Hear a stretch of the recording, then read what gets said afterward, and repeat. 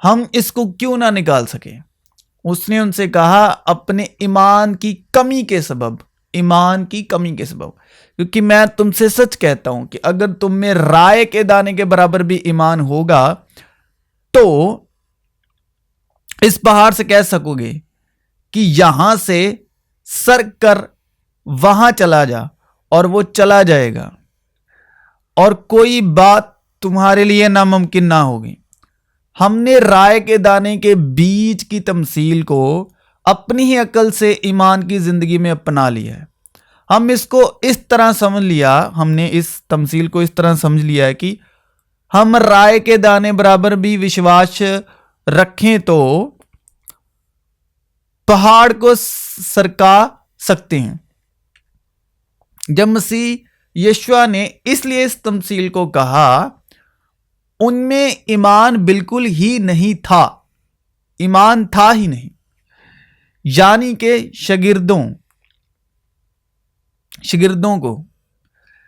شاگردوں میں ایمان تھا ہی نہیں۔ تو کہنے کا مطلب کہ تم رائے کے دانے جتنا بھی ایمان نہیں ہے تم میں، کہ تم میں رائے کے دانے جتنا بھی ایمان نہیں ہے۔ اگر ہوتا تو یہ ہو جاتا جو تم سے نہیں ہوا، کیونکہ ان میں رائے کے دانے جتنا بھی ایمان نہیں تھا۔ جن میں ایمان ہے ہی نہیں،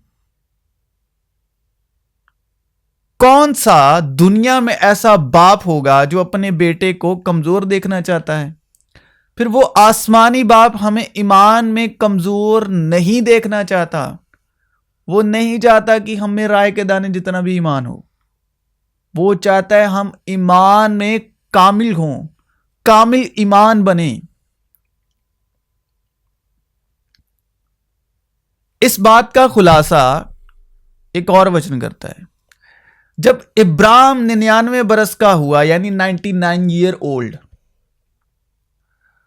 تب خداوند ابراہیم کو نظر آیا اور اس سے کہا کہ میں خدائے قادر ہوں، تو میرے حضور میں چل اور کامل ہو، تو میرے حضور میں چل کامل ہو۔ اور یہاں پر یہ نہیں لکھا کہ رائے کے دانے جتنا تم میں ایمان ہو۔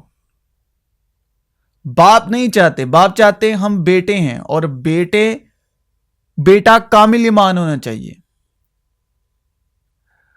خداوند نے یہاں یہ نہیں لکھا کہ جا پہلے کامل ہو کر آ، پھر میرے حضور چلنے کے قابل ہوگا۔ باپ ایسے بالکل نہیں ہے۔ باپ کہتے تو میرے حضور چل اور کامل ہو۔ باپ یہی چاہتے ہیں کہ ہم کامل ایمان ہوں۔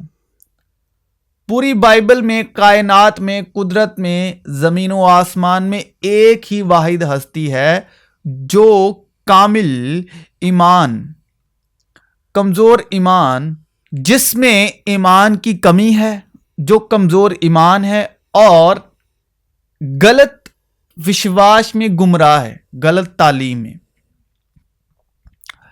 تو اس کو ایک ہی شخصیت بدل سکتی ہے اس کی لائف کو، کیونکہ سب سے پہلے ایمان کا درست ہونا بہت ضروری ہے۔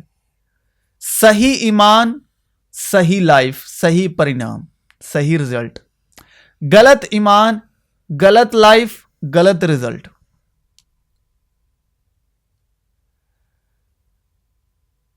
تو ایک ہی ہستی ہے جو ہر قسم کے خراب ایمان کو، کمزور ایمان کو، غلط ایمان کو سمپورن بنا سکتی ہے، اس کا نام ہے یشوع مسیح۔ کامل ایمان کر سکتے ہیں وہ، کسی بھی وقت، کسی بھی عمر میں، کسی بھی حالات میں، اور ان کا نام ہے یشوع مسیح۔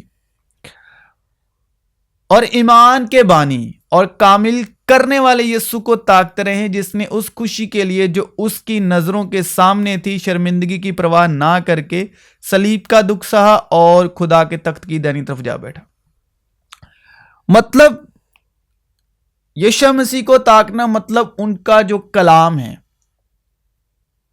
ان کے حق میں جو گواہی دی گئی کلام کے وسیلے، اس کو پڑھنا لگاتار جس طرح ہم زندگی میں کھاتے پیتے سوتے اٹھتے بیٹھتے ہیں، دن چڑھتا ہے رات ہوتی ہے، موسم آتے ہیں چلے جاتے، اسی طرح ہر روز جس طرح ہم ہر اپنے روز بروز قدم چلتے ہیں، جاتے ہیں، آتے ہیں، کچھ بھی کرتے ہیں جینے کے لیے، اسی طرح ہمیں یسوع مسیح کی تعلیم جو بائبل میں ہے اس کو لگاتار اپنی زندگی میں سنتے رہنا ہے، پڑھتے رہنا ہے۔ اس کو بولتے ہیں کہ ہمیشہ یسوع کو تاکتے رہنا، کلام پر توکل کرنا، رات دن توکل کرنا، اور ایمان کے بانی اور کامل کرنے والے یسوع کو تاکتے رہیں، جس نے اس خوشی کے لیے جو اس کی نظروں کے سامنے تھی شرمندگی کی پرواہ نہ کر کے صلیب کا دکھ سہا اور خدا کے تخت کی دائنی طرف جا بیٹھا۔ بس ایمان سننے سے پیدا ہوتا ہے، اور سننا مسیح کے کلام سے۔ ایمان سننے سے پیدا ہوتا ہے اور سننا مسیح کے کلام سے۔ پھر اس نے ان سے کہا، خبردار رہو کہ کیا سنتے ہو، جس پیمانے سے تم ناپتے ہو اسی سے تمہارے واسطے ناپا جائے گا اور تمہیں زیادہ دیا جائے گا۔ پس خبردار رہو کہ تم کس طرح سنتے ہو۔ یہودیوں کی عید فصح نزدیک تھی اور یسوع یروشلم کو گیا۔ اس نے ہیکل میں بیل اور بھیڑ اور کبوتر کے بیچنے والوں کو اور صرافوں کو بیٹھے ہوئے پایا، اور رسیوں کا کوڑا بنا کر سب کو یعنی بھیڑوں اور بیلوں کو ہیکل سے نکال دیا، اور صرافوں کے پیسے بکھیر دیے اور تختے الٹ دیے، اور کبوتر فروشوں سے کہا، ان کو یہاں سے لے جاؤ، میرے باپ کے گھر کو تجارت کا گھر نہ بناؤ۔ اس کے شاگردوں کو یاد آیا کہ لکھا ہے، تیرے گھر کی غیرت مجھے کھا جائے گی۔ پس یہودیوں نے جواب میں اس سے کہا، تو جو ان کاموں کو کرتا ہے ہمیں کون سا نشان دکھاتا ہے؟ یسوع نے جواب میں ان سے کہا کہ اس مقدس کو ڈھا دو تو میں اسے 3 دن میں کھڑا کر دوں گا۔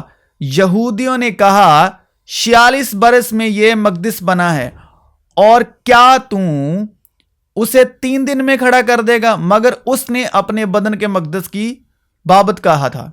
پر جب وہ مردوں میں سے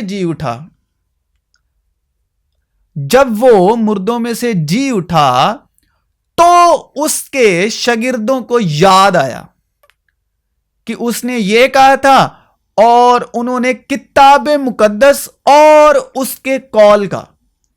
اب جس وقت یشوع نے یہودیوں کو یہ کلام کہا اور یسوع مسیح کے جی اٹھنے کے بعد شاگردوں نے کتاب مقدس کا اور اس کے قول کا، جو یسوع مسیح نے کہا یہودیوں کو کہ میں تیسرے دن اس مقدس کو اٹھا کھڑا کروں گا، جو یسوع نے کہا تھا، یقین کیا۔ اس کا مطلب